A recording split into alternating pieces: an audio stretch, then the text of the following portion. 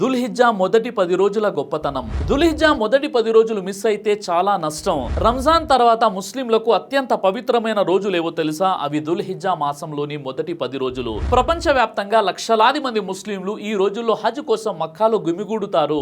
కానీ హజ్ కి వెళ్ళని మనలాంటి వాళ్లకు కూడా అల్లా ఈ రోజుల్లో అపారమైన అవకాశాలు ఇచ్చాడు. ప్రవక్త ముహమ్మద్ సల్లల్లాహు అలైహి వసల్లం వారు చెప్పారు, ఈ రోజుల్లో చేసే సత్కార్యాల కంటే అల్లాహ్కు ప్రియమైనవి మరేవీ లేవు.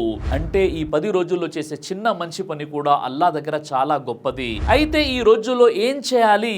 ఉపవాసాలు పాటించాలి, 5000 నమాజ్ జమాత్తో చదవాలి, తహజ్జుద్ ప్రయత్నించాలి, ఖురాన్ ఎక్కువగా చదవాలి, ఇస్తిగ్ఫార్ మరియు దువాలు చేయాలి, సుబ్హానల్లాహ్, అల్హమ్దులిల్లాహ్, అల్లాహు అక్బర్ వంటి దిక్ర్ ఎక్కువగా చదవాలి, పేదలకు సహాయం చేయాలి, పాపాలకు దూరంగా ఉండాలి, కుటుంబ సభ్యులతో మంచి ప్రవర్తన చేయాలి.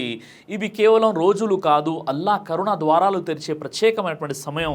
ఎవరికి తెలుసు, ఈ 10 రోజుల్లో చేసిన ఒక సిన్సియర్ దువా, ఒక కన్నీరు, ఒక సజ్దా మీ జీవితాన్ని మార్చేయవచ్చు. ఈ పవిత్రమైన రోజులను వృధా చేయకండి. ఈ వీడియోని లైక్ చేసి ప్రతి ఒక్కరికి షేర్ చేయండి.